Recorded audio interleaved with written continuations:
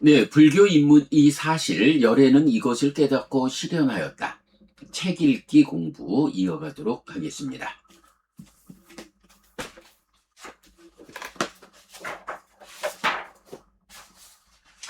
어제는 우리가 합송경에서 꾸살랐다, 능석이라는 주제를 좀 한몫 공부하다 보니까 음, 그걸로 시간을 다 쓰고 어제는 이제 이 책 읽기 공부는 하지 못했는데요.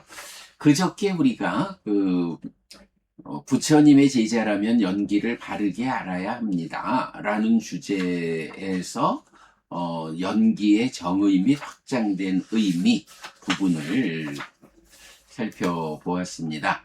이제 오늘은 이어가지고 304쪽 열애의 출현과 무관하게 존재하는 조건성 해서 이 연기 그리고 연기된 법들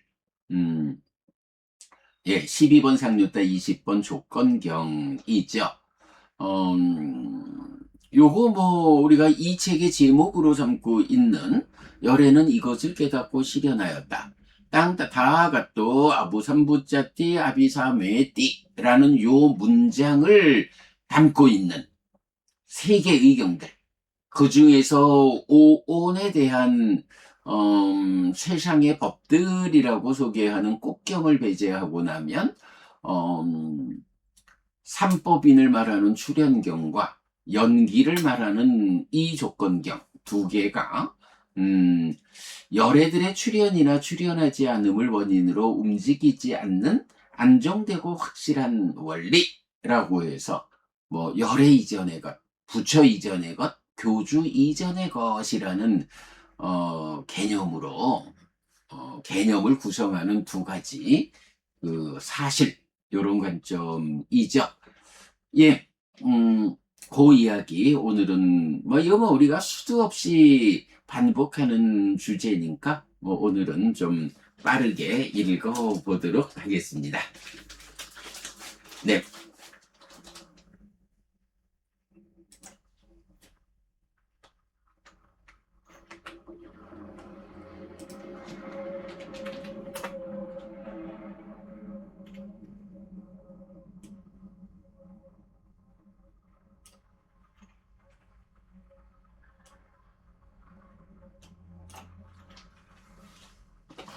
이 열애의 출현과 무관하게 존재하는 조건성, 이 연기 그리고 연기된 법들 해야 되는데 연기된 법들 들자가 하나 누락이네요.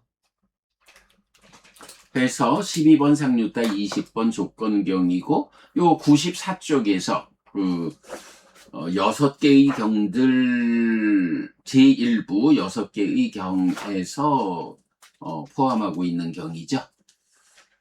그러면 비구들이여 무엇이 연기인가? 비구들이여 생을 조건으로 노사가 있다라는 이 요소는 내지 비구들이여 무명을 조건으로 행들이 있다라는 이 요소는 열애들의 출현이나 출현하지 않음을 원인으로 움직이지 않는 안정되고 확실한 원리이며 여기에서의 조건성이다.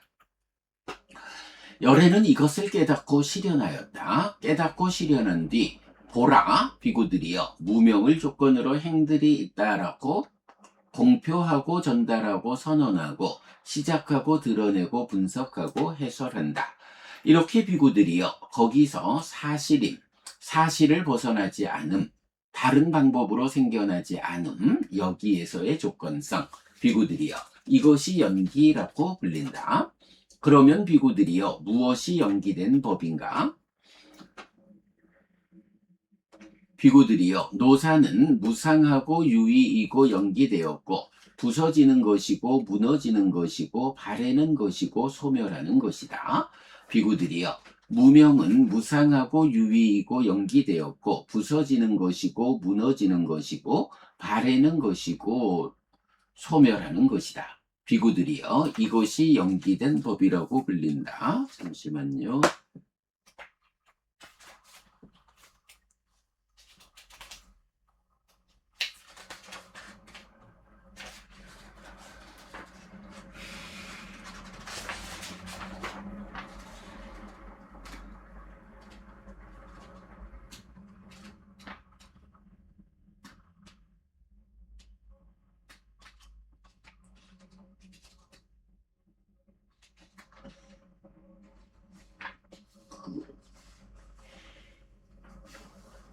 예, 이게 무엇이 연기된 법인가가 아니라 파티자 사무판나 담마라고 해서 복수로 나오고 있고, 그래서 연기된 법들이라고 복수로 번역이 돼야 했는데, 여기 좀 누락이 되어 있네요. 자, 요거 이건, 연기된 법들 12가지입니다. 그래서 복수로 표현해야 하고요. 그래서 연기인가 연기된 법들인가 이것이 연기된 법들이라고 불린다. 네, 복수로 읽었고요. 그 다음에 비구들이여 성스러운 제자가 이것이 연기다. 이것들이 연기된 법들이다 라고 있는 그대로 바른 지혜로서 잘 보았기 때문에 그가 참으로 나는 과거에 존재했을까 내지 안으로 지금 현재를 의심하는 자가 될 것이라는 그런 경우는 없다. 그 원인은 무엇인가? 비구들이여 이런 방법으로 성스러운 제자가 이것이 연기다. 이것이 연기된 법들이다. 라고 있는 그대로 바른 지혜로서 잘 보았기 때문이다. 네, 요게 이제 조건경이지요. 그래서 조건경 보면, 무엇이 연기인가? 라고 해서 이제 연기를, 12번 상류다 1번 연기경하고는 다른 방법으로 연기를 이제 정의해 주고 있고, 그 다른 방법이 이제 거기서 사실임 사실을 벗어나지 않음 다른 방법으로 생겨나지 않음 여기에서의 조건성 이것이 연기다. 그리고 무엇이 연기된 법들인가 라고 해서 노사에서 무명에 이르는 12개의 연기된 법을 말하고 있죠.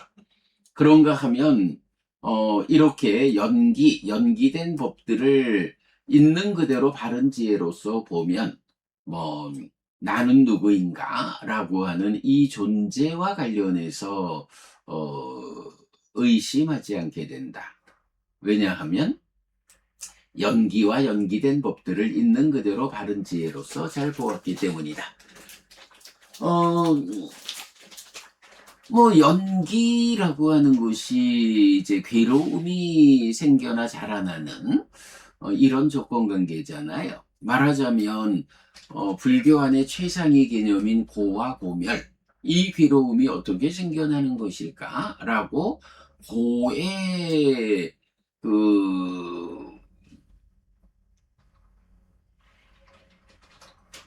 고집성제 그 원인 관계를 이제 밝히고 있는데 그렇게 연기된 법을 바른 지혜로서 잘 보면 그 안에 부속되는 개념으로 나는 누구인가에 대한 답이 있다라는 거예요.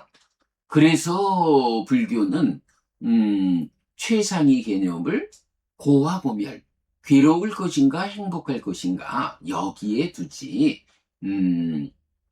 뭐 나는 누구인가 라고 해서 존재를 밝히는 데 두지 않는다. 물론 괴로울 것인가 행복할 것인가 누가 괴롭고 누가 행복할까? 라는 이 부분은 필수적으로 따라오는 개념이니까 거기서 누가 라는 존재에 대한 확인이 필요하죠. 나는 누구인가에 대한 답이 연기 안에 있다.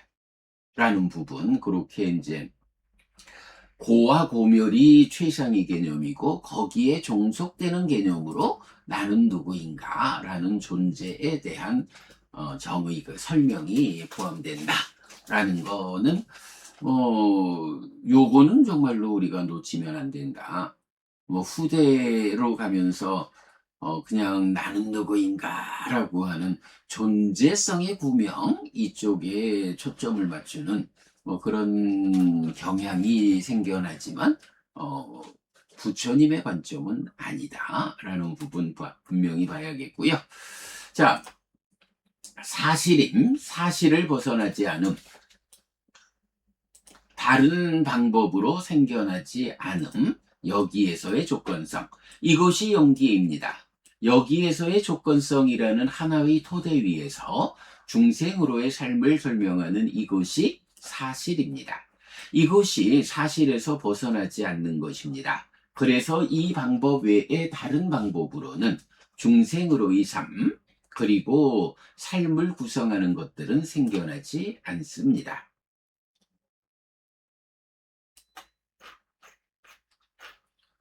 그런데 이 조건성은 구체적으로 어떤 조건성을 말하는 것입니까?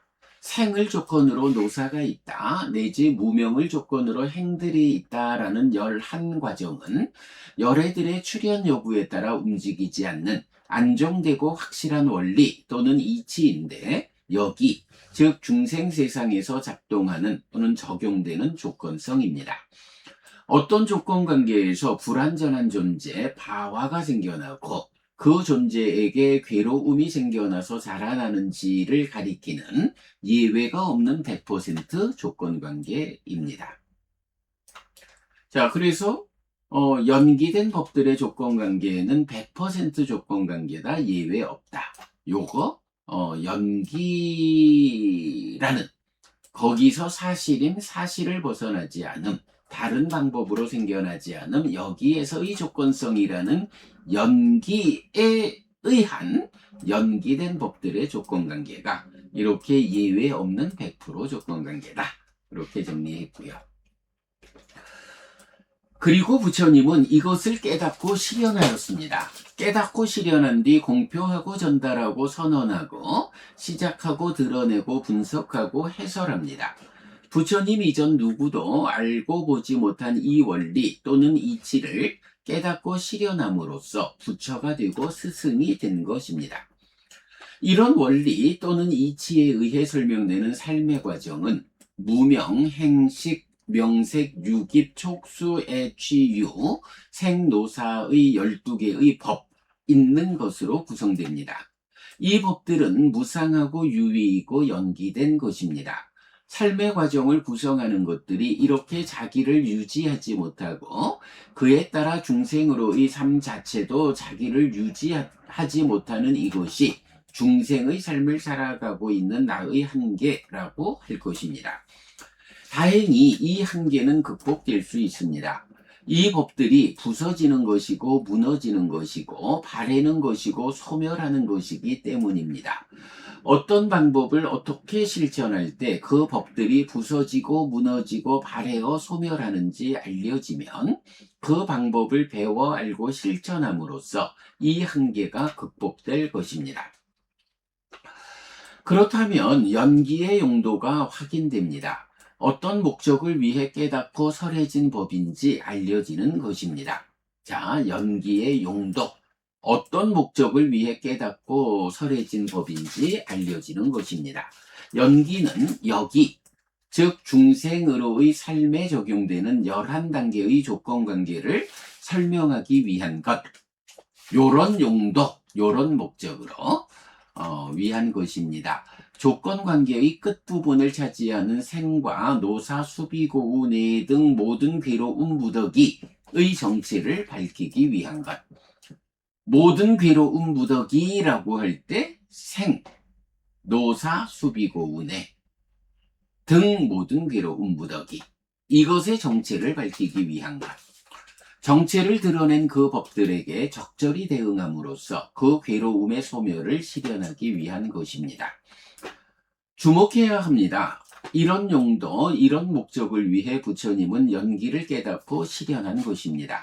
이런 목적이 실현될 때 나에 대한 잘못된 암, 존재화, 바위가 또는 자기화, 만화, 이런 존재화와 자기화라는 나에 대한 잘못된 알에 근거하여 나의 존재에 대해 과거로 달려가거나 미래로 달려가거나 아니면 현재를 의심하는 경우가 없게 됩니다. 그럼으로써 그것을 뒤따르는 고의 문제가 해소되는 것입니다. 그 원인은 무엇입니까? 이런 방법에 의해 성스러운 제자는 이것이 연기다, 이것이 연기된 법들이다 라고 바른 지혜로서 있는 그대로 잘 보았기 때문입니다. 네, 조건경의 세 가지 주제를 이렇게 정리하고 있고요. 그러니 나는 누구인가 라고 밖으로 찾아 나서지 마십시오. 오직 부처님 가르침 안에서 연기를 바르게 이해하면 됩니다. 이 답변을 버리고 밖으로 그 답을 찾아 나선다면 그는 외도라고 불릴 것입니다. 그리고 외도에는 이 문제에 대한 있는 그대로의 답이 없습니다. 숙제는 풀리지 않게 됩니다. 나는 누구인가? 라고 찾아 나서지 마십시오. 연기가 바로 그 답입니다. 부처님께서 세상과 존재에 대한 깨달음을 통해 알려주는 나는 누구인가에 대한 분명한 답변인 것입니다. 자, 이런 점에서 부처님은 선언합니다. 비구들이여, 오직 여기에 사문이 있다. 여기에 두 번째 사문이 있고, 여기에 세 번째 사문이 있고, 여기에 네 번째 사문이 있다. 다른 교설들은 무위의 삶을 가진 사문들에 의해 공하다. 이렇게 비구들이여, 이 바른 사자후를 토하라. 라고 해서 맞지만 이까야 11번 사자후의 근경 내지 몇 개의 경에서 사자후, 이 바른 사자후를 토하라 라고 할 때 바로 사상의 성자가 여기에만 있다. 벗어남의 영역에 들어서 깨달음을 성취한 이런 사실을 깨닫고 실현하는 존재는 여기밖에 없다 라고 사자후를 토하라. 이런 사자후를 토하는 일을 통해서 불교 신자들이 자부심을 가지고 스승에 대한 확실한 믿음을 일으켜서 삶을 향상하고 세상을 구원하는 그런 일을 하게 된다라고 말하면 되겠고요. 자, 이어가지고 지금 조건경에서 연기와 연기된 법들을 살펴보았는데 그 연기된 법들에 대한 부처님의 용어 정의, 부처님의 깨달음이고 부처님이 선언한 법이 있지요. 그럴 때 부처님이 그 핵심이 되는 교리의 용어를 어떤 의미로 사용했을까? 부처님이 직접 정의해 주죠. 이렇게 중요한 교리 용어에 대한 정의를 담고 있는 경들을 분석경 이렇게 부르죠. 부처님의 깨달음을 언어로서 깨달음을 선언하고 가르칠 때 그 각각의 용어에 부처님이 정의하는 의미를 적용해서 중요한 교리들을 우리가 이해해야 한다. 만약 여기서 그 용어에 정의된 의미를 바꿔버리면 언어로서 표현한 법에서 그 언어가 가지는 용어가 가지는 의미를 바꿔버리면 깨달음이 달라진다. 이런 부처님의 깨달음을 바르게 공부할 수 없다. 이런 점 때문에 이제 우리가 이 분석경이 말하는 부처님의 용어 정의를 중요시하는 거죠. 어쨌든 용어의 의미를 바꿔버리면 부처님 깨달음에서 어긋나진다. 그래서 우리가 잘 알고 있지만 특히 그 명색에서 명의 정의를 바꿔버릴 때 불교가 전혀 다른 길로 간다. 이런 거 잘 알고 있죠. 네, 3번 연기된 법들에 대한 부처님의 용어 정의.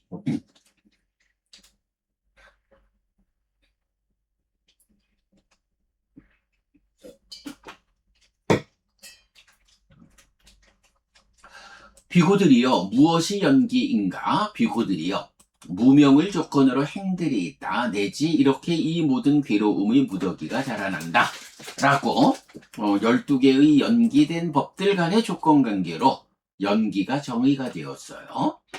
그리고는 이어서 그 연기된, 그러니까 연기를 구성하는 연기된 법 12가지, 그 12가지 법을 정의해 주는 게 분석경의 내용이죠. 이 분석경이 정의하는 용어의 의미 자세히 알아야 합니다만은 요거는 우리가 독성집에서도 그렇고 기타 여러 번의 공부를 통해서 자세히 설명하고 있죠. 요 부분 자세한 의미는 뭐 독송집에서 공부한 내용 또는 주요 상류타 줌 수업에서 12번 2년 상류타에서 공부한 내용 뭐 다 일치하는 내용이니까 이제 그거 링크해 드리기로 하고, 오늘은 요 12가지 법의 용어정의 쭉 읽어보고 마무리하도록 하겠습니다. 그러면 비구들이여, 무엇이 노사 늙음 죽음인가? 이런저런 중생에 속하는 그러그러한 중생의 무리에서 늙음 노쇠함 치아가 부러짐 머리가 힘 주름진 피부 수명의 감소 기능의 파괴, 이것이 늙음이라고 불린다. 이런저런 중생에 속하는 그러그러한 중생의 무리로부터 종말 제거됨 해체 사라짐 사망 죽음 서거 온의 해체 육체를 내려놓음, 이것이 죽음이라고 불린다. 이렇게 이것이 늙음이고 이것이 죽음이다. 이것이 비구들이여 노사라고 불린다. 그러면 비구들이여, 무엇이 태어남인가? 이런저런 중생에 속하는 그러그러한 중생의 무리에서 태어남, 출생, 등, 나타남, 탄생, 온의 출현, 처의 획득, 이것이 생이라고 불린다. 자, 이렇게 생과 노사가 있는데 이런 생과 노사는 뭐 다른 의미 없어요. 그대로 몸과 마음이 함께한 나라는 존재에서 몸이 무너지면 죽는다. 그러니까 나라는 존재 상태를 잃게 되는 것. 몸이 무너져서 마음이 몸에 구속된, 몸에 조건 지어진 요런 존재 상태가 존재를 구성하는 절반인 몸이 무너짐으로써 요런 존재 상태를 잃어버리는 것. 요게 죽음인 거예요.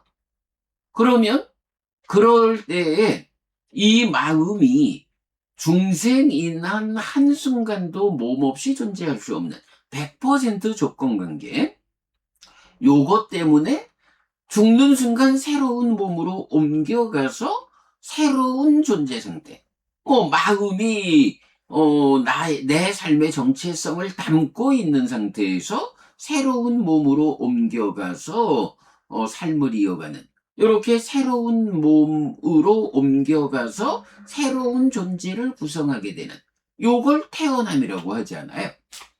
연기에서 말하는 생과 사, 노사는 이제 그 과정을 말하는 거고, 이렇게 태어난다라는 것과 죽음이다라는 것은 이런 그래서 이제 존재를 조건으로 생이 있고 노사가 있잖아요.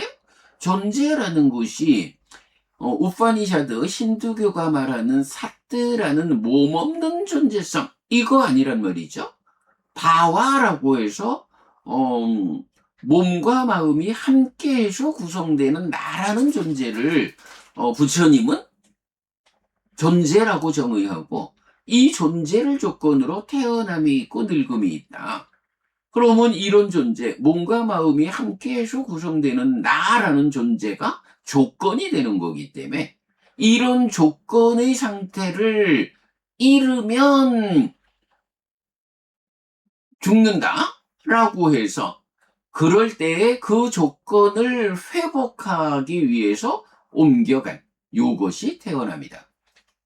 이 정의는 놓치면 안 되거든요.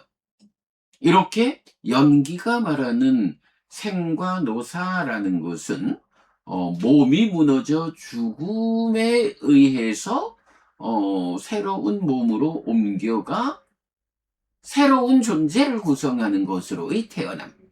요 태어남과 거기에 따르는 삶의 과정에서 다시 몸이 무너지면, 그래서 존재 상태를 잃으면 죽음이다라고 하는 요런 생과 사의 관점, 이 정의가 명확하게 분석경에서 나오거든요.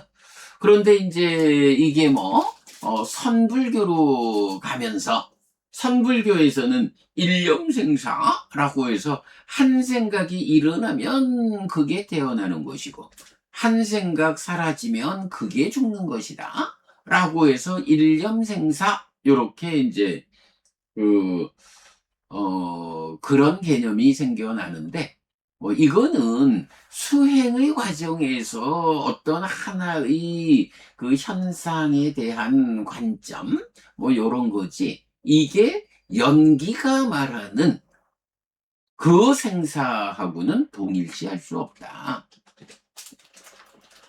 일념생사라는 관점에서 연기를 12연기를 해석하는 시도는 일단 분석경이 말하는 용어 정의의 측면에서 부처님 생각과 다르다. 일념생사 이런 개념은 없다라는 거 분명히 또 생과 노사의 정의 존재를 조건으로 진행되는 생도사 이거는 분명히 윤회하는 삶의 현상을 지시한다라는 건 놓치면 안 되겠다라는 거고요. 그러면 비구들이요 무엇이 유 존재인가? 비구들이요 이런 세 가지 유가 있다. 욕유 욕계의 존재, 색유 색계의 존재, 무색유 무색계의 존재. 비구들이요 이것이 유라고 불린다. 라고 해서 존재경 1, 2번에서 보면 업은 밭이고 식은 씨앗이고 애는 양분이다 라고 해서 중생 세상에 머무는 식과 의덕이돼 이런 부분을 이제 보여주고 있고 그래서 식이 삶의 과정에 대한 알무로 몸통이 되고 그 식의 의도와 기대라고 하는 속성이 함께하는 네, 이런 부분을 이제 존재에 대한 성질로 볼 수가 있고요.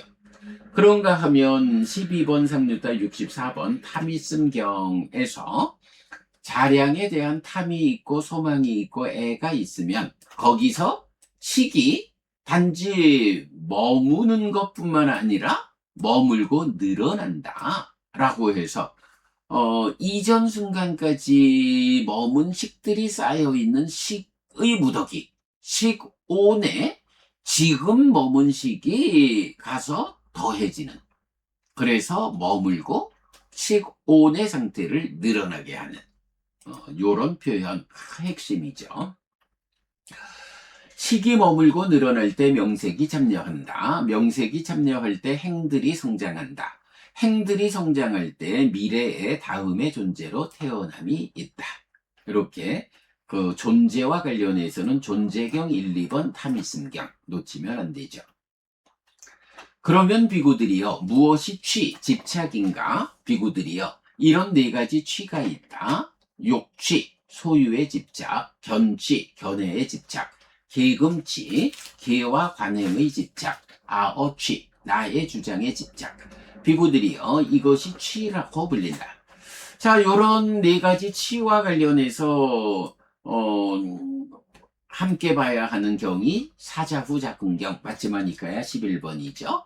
그래서 욕취, 견취, 계금취, 아어취를 열애하라 한 정등각은 바르게 모든 취, 집착에 대한 완전한 지혜를 선언해요. 그래서 완전한 경지는 하나이고요. 이 완전한 경지는 탐진치, 애취가 없는 현명한 자, 순응하지 않고 저항하지 않는 자, 희로 나눔을 기뻐하고 희로 나눔을 좋아하는 자에게 있다. 다른 스승들이 나름대로 완전한 지혜를 선언하지만 그러나 그들의 깨달음은 이런 네 가지 집착 모두를 완전히 소멸하지 못한 이제 그런 그 차별을 보여주죠. 그러면 비구들이요 무엇이 가래인가? 비구들이요 이런 6가지 애의 무리가 있다. 색의 형상에 대한 가래, 성의 소리에 대한 가래, 향의 냄새에 대한 가래, 미의 맛에 대한 가래, 촉의 다음에 대한 가래, 법의 법에 대한 가래, 비구들이여 이것이 애라고 불린다. 자, 이때 가래를 직접 서술하는 대표적 경으로는 법구경 애품의 26가지 개성을 말할 수가 있다. 이런 부분 참고하기로 하고요. 그런데 이제 또 그런 그 법구경 애품뿐만 아니라 가래를 또 안 넘어갔네. 가래를 설명하는 경들은 좀 많지요. 그래서 보면 이제 여러 개의 딴하수당, 애경, 가래경이라는 제목을 쓰는 경들도 여러 가지 관점에서 가래를 설명하는데요. 보면 안구따라니까야 내세모음 199번 애경에서는 가래는 흐르고 퍼지고 달라붙는 갈망이다. 이렇게 정의하고 있고 1번 상류따 63번 애경에서는 애가 가래가 세상을 지배하는 것이다. 25번 상류따 8번 세계경에서 애는 무상하고 변하고 다른 것이 된다 라는 거고요. 26번 상류따 8번 애경에서는 고, 병, 노사 이렇게 이제 가래를 설명하고 있고 27번 상류따 8번 애경에서는 애에 대한 욕탐이 심의 오염원이다 라고 설명하고요. 45번 상류따 170번 애경은 욕의 유해 무유해를 소개하고 있고 그 다음에 안구따라니까야 여섯의 모음 106번 애경은 가래와 자기화를 벌일 것을 말하고 있고요. 열의 모음 62번 애경은 유해의 과거로부터의 끝, 시작점은 알려지지 않고 이것을 조건으로 유해가 있다라고 알려진다라고 말하고 있고요. 그런가 하면 마지막이니까야 82번 라타팔라경에서는 세상에 대응하는 관점에서 세상은 결핍이고 불만족이고 가래의 노예이다. 이런 것들 때문에 출가한다. 라고 그래서 세상에 대응하는 관점이 세상이라는 것은 결핍이고 불만족이고 가래의 노예이다. 이렇게 설명하는 걸 볼 수가 있어요. 가래, 뭐 고집성제인 가래니까 워낙이 중요한 개념인데 뭐 이렇게 법구경의 품의 26개 개성이 가래를 설명하고 또한 여러 개의 딴하수땅 애경이라는 제목의 경들이 또 다양하게 가래를 소개하고 있다. 그러면 비구들이요, 무엇이 수, 느낌, 경험인가? 이런 6가지 수의 무리가 있다. 안촉생수, 안촉에서 생긴 느낌. 이촉생수, 이촉에서 생긴 느낌. 비촉생수, 비촉에서 생긴 느낌. 설촉생수, 설촉에서 생긴 느낌. 신촉생수, 신촉에서 생긴 느낌. 의촉생수, 의촉에서 생긴 느낌. 비구들이요, 이것이 수라고 불린다. 라고 하는데 수, 느낌이라는 것이 2개의 뿌리경에 의하면 모든 법은 수로 합류한다라고 다양하게 법을 말한다, 연기를 말한다 하지만 그 모든 법이 결국은 수, 느낌으로 합류한다. 다 결국은 느낌으로 모아진다. 그래서 불교의 최상위 개념이 고와 고멸이다. 괴로울 것인가, 괴롭지 않을 것인가, 괴로울 것인가, 행복할 것인가 라는 하여간 수라고 하는 개념, 이렇게 그 불교의 핵심, 모든 법은 수로 합류한다. 그러다 보니까 제가 참 자주 느낌은 정말로 어렵다라고 말을 하게 되죠. 자, 36번 느낌상류따의 경들, 그리고 48번 기능상류따의 경들을 중심으로 느낌이 설명되고 있다.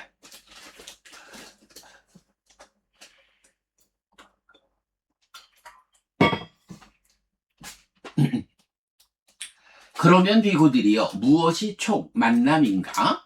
비구들이여, 이런 6가지 촉의 무리가 있다. 안촉, 이촉, 비촉, 설촉, 신촉, 의촉. 비구들이여 이것이 촉이라고 불린다. 자, 촉이라는 게 이제 촉을 조건으로 수가 있다. 이래 나오니까 아주 중요하죠. 그럴 때 촉에 대한 설명은 삼사화합 세 가지가 만나는 것이 촉이다. 라고 하는데 보통 말하는 근경식 삼사화합이 아니다. 내입처, 외입처, 식 세 가지가 만나는 거. 요거 놓치면 또 연기를 다르게 보죠. 수가 생기는 토대여서 촉처다. 그래서 촉의 자라남 줄어든 매력 위험 해방. 요것이 수상행들의 자라남과 소멸의 근거가 된다. 그러면 비구들이여 무엇이 육입, 여섯 인식 주간인가? 안처, 이처, 비처, 설처, 신처, 의처. 비구들이여 이것이 육입이라고 불린다. 자, 이때 인식주간, 식과 근이 함께한 것이다. 해서 식오는 분별암이면서 분별하여 분별암을 낳음. 해서 자기 증식에 의한 변화 이렇게 표현하고 있고요. 이전의 업에서 육내입처와 몸이죠. 자, 그러면 비구들이여 무엇이 명색, 파생된 것인 물질인가? 수, 상, 사, 촉, 작의 이것이 명, 파생된 것이라고 불린다. 사대와 사대 조색 이것이 색, 물질이라고 불린다. 이렇게 이것이 명, 파생된 것이고 이것이 색, 물질이다. 비구들이여 이것이 명색이라고 불린다. 하여간 명이라는 거 색과 식, 몸과 마음이 함께한 삶의 과정에서 파생된 거 요거를 명이라고 부르는데 수상사 촉작의라고 정의된다. 이때 사는 집착의 양상경에 의하면 그대로 행이다. 그래서 수상행 촉작의가 되는. 식이 머물고 늘어날 때 명색이 참여하죠. 그래서 식과 서로 조건되어 활성존재를 구성한다. 그래서 활성존재와 활성화된 일체의 동치관계를 보게 되고 명의, 정의의 변화로 인해 불교의 왜곡을 불러온다. 부처님의 정의에 투철할 것. 이렇게 강조했고요. 그러면 비구들이여 무엇이 식, 마음인가? 비구들이여 이런 6가지 식의 무리가 있다. 안식, 이식, 비식, 설식, 신식, 의식. 비구들이여 이것이 식이라고 불린다. 식은 이렇게 정의가 돼요. 식이라고 하면 바로 이렇게 6가지 식의 무리 말고는 없는 거예요. 이건 정의사항이에요. 부처님이 식은 이런 6가지가 있다라고 정의하기 때문에 이런 정의가 달라지면 부처님의 깨달음과 다른 말을 하는 것이다. 부처님의 깨달음. 그래서 벗어나 열반을 실현하는 이런 깨달음으로 이끌리기 위해서는 식이라고 하는 것, 마음이라는 것은 그저 부처님이 정의하는 안식, 이식, 비식, 설식, 신식, 의식의 6가지밖에 없다. 이 식이라는 거 그러니까 연기된 식이다. 조건에 의해서 생겨나는 거다. 안과 색을 연하여 안식이 생겨나는 내지 의와 법을 연하여 의식이 생겨나는 이런 조건의 과정에 의해서 생겨나는 6가지밖에 없다라는 게 부처님의 정의라고 해요. 여기에 나름대로 해서 말라식을 말하고 아레아식을 말하고 이러는 거는 정확하게 말하면 부처님의 정의에 어긋나는 것이다. 부처님의 정의에 어긋나면 그런 다른 용어, 다른 정의를 가지고 연기를 설명하면 그 연기가 부처님이 설명하는 우리 삶의 바른 모습을 지시하지 않는다. 우리는 분명하게 이 부분을 선언해야 한다. 자, 그리고 다시 태어나는 식에서 단견을 극복하고 연기된 식에서 상견을 극복하는 거. 그리고 심의식이라는 동질성 위의 차별성, 행위적 암과 자기활동성에서 식이라는 분별알미 무명 존재 알무로 탐 가치 알무로 심 알무로 연결되는 요런 부분을 볼 수 있는데, 자 여기에서는 식은 6가지 뿐이다라는 요 의미도 추가하도록 하겠습니다. 그래서 유식이 부처님과 다른 해석이다라는 부분을, 뭐 이게 뭐 우리가 요번에도 3가지 언어가 설명하는 마음 이야기를 이제 같이 발표를 했습니다만은, 뭐 우리가 유식에 대해서 나쁜 감정을 가지자 하는 건 아닙니다. 그러나 딱가가 해석된 불교로서 부처님의 깨달음 니까야가 바르게 알려지기 전에는 유식이 불교 안에서 이 마음을 설명하는 그런 역할을 해왔어요. 나름대로 경쟁력을 심오한 해석을 통한 마음에 대한 불교의 경쟁력 뭐 이런 역할을 한 거는 뭐 분명하겠죠. 그러나 이제 우리에 의해서 딱가가 해석되어 가지고 초기 경전이 이제 그 심오함을 확보했잖아요.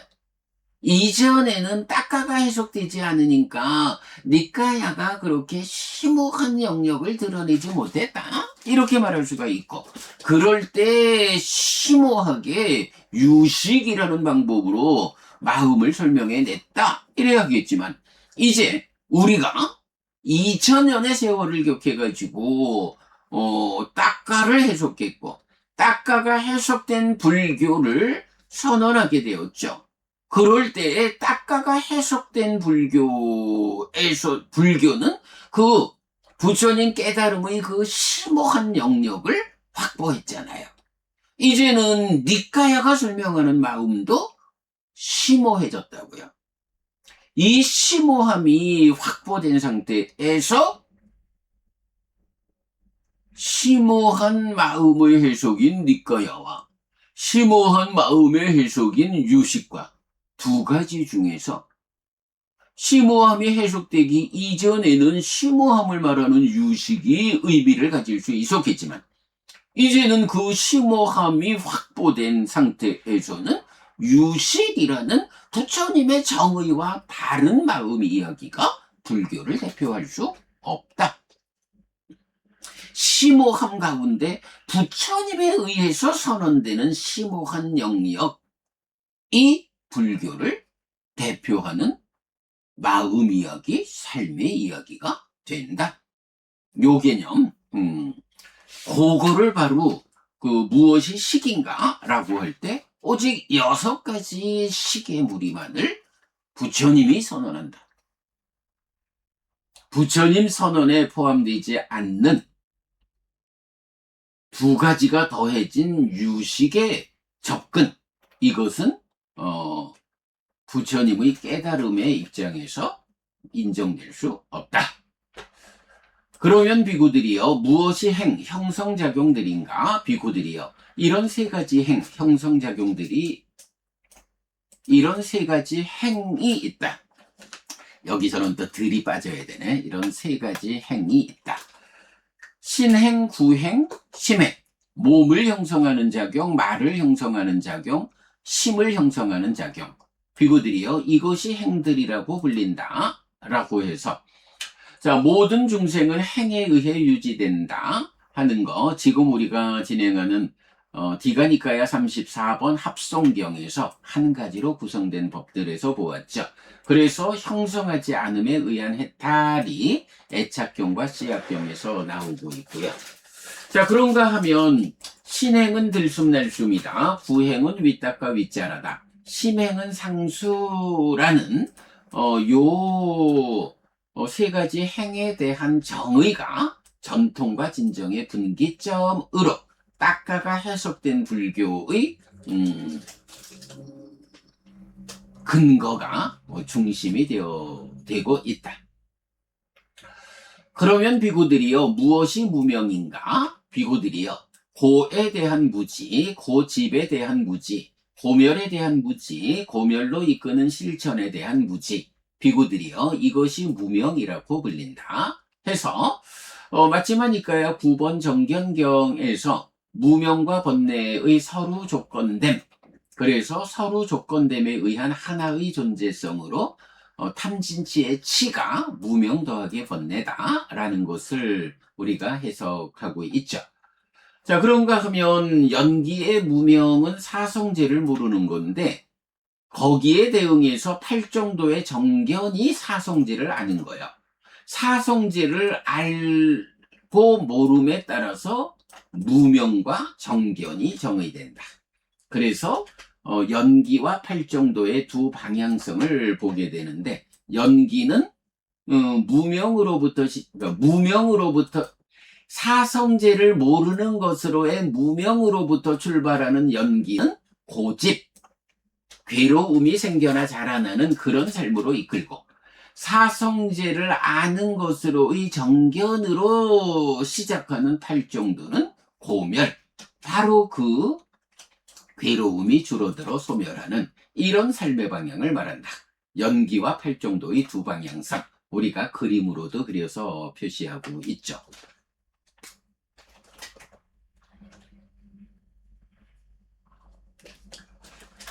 이렇게 비구들이요, 무명을 조건으로 행들이 내지 이렇게 이 모든 괴로운 무더기가 자라난다. 그러나 무명이 남김없이 발해어 소멸할 때 행들이 소멸하고, 행들이 소멸할 때 식이 소멸하고, 내지 이렇게 이 모든 괴로운 무더기가 소멸한다라고. 이제 부처님은 이 연기에 대해 오해하지 말 것을 지시합니다. 그래서 연기를 구성하는 12가지 법에 대해 직접 정의해 줍니다. 자, 연기에 대해 오해하지 마라 라고 해서 직접 정의해 준다. 혼동 또는 오류 없이 정체를 분명히 드러내야 소멸할 수 있기 때문입니다. 부처님의 이 정의에 들어맞게 연기를 이해할 때 삶은 정확히 이해되고 고멸의 실현은 가능해지는 것입니다. 주목해야 합니다. 부처님이 설한 법은 부처님이 정의해주는 그대로 배워 알아야 부처님의 의도에 맞춰 삶을 향상하고 고멸을 실현할 수 있습니다. 연기, 즉 12연기로 삶을 이해함에 있어 부처님과 다른 정의를 적용하면 그렇게 설명되는 삶은 부처님의 방법이 아닙니다. 고멸을 실현할 수 없습니다. 오온의 경우에도 마찬가지이지만 연기는 구성과 성질의 두 가지 측면으로 정의됩니다. 이 경은 12개의 연기된 법을 구성의 측면에서 정의합니다. 그리고 성질의 측면은 니까야에 속한 전체 영역의 많은 경들을 통해 상세히 설명됩니다. 삶이 복잡한 까닭에 삶을 구성하는 12요소를 하나의 문장으로 정의할 수는 없는 것입니다. 다만 각각의 연기된 법에 대한 핵심 주제를 간략히 함께 나타내었는데, 이 주제는 이어지는 주제들을 통해 상세하게 설명됩니다. 네, 제4부 연기의 상세 1 세상, 제5부 연기의 상세 2 나, 제6부 딱가가 해석된 불교 제1장 삶의 메커니즘. 네, 이렇게 이 과정들을 통해서 상세히 설명된다. 그러나 구성의 측면의 정의도 놓치면 안 됩니다. 이 구성을 벗어나는 정의를 적용하면 명색에 대한 정의의 변화에서 볼 수 있듯이 삶은 전혀 엉뚱한 모습으로 알려지게 됩니다. 자, 그런데 여기서 이제 우리는 주로 명색에 대해서 관심을 갖고 있지만, 오늘 보면 시기 오직 6가지로 정의된다라는 요 부분, 명색에 대한 정의가 달라지면서 포괄적으로 불교가 변화하는데, 식에 대한 정의가 달라진 것도 유식이라고 하는 전혀 다른 마음 이야기로 달라지는, 그것도 볼 수가 있죠. 예. 여기서 명색에 대한 정의 변화에 식과 명색의 정의 변화 이렇게 좀 바꿔주는 게 좋겠습니다. 자, 이렇게 해서 오늘 우리가 열애의 출현과 무관하게 존재하는 조건성이라는 사실에 직면하고 연기된 법들에 대한 부처님의 용어정의 분석경까지를 통해서 중요한 주제를 또 함께 살펴보았습니다. 네, 여러분. 오늘도 부처님의 언어로 부처님의 가르침을 공부하면서 하루를 잘 시작했습니다.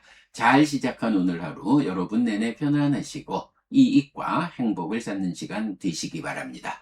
함께 해주셔서 고맙습니다. 여러분 행복하십시오.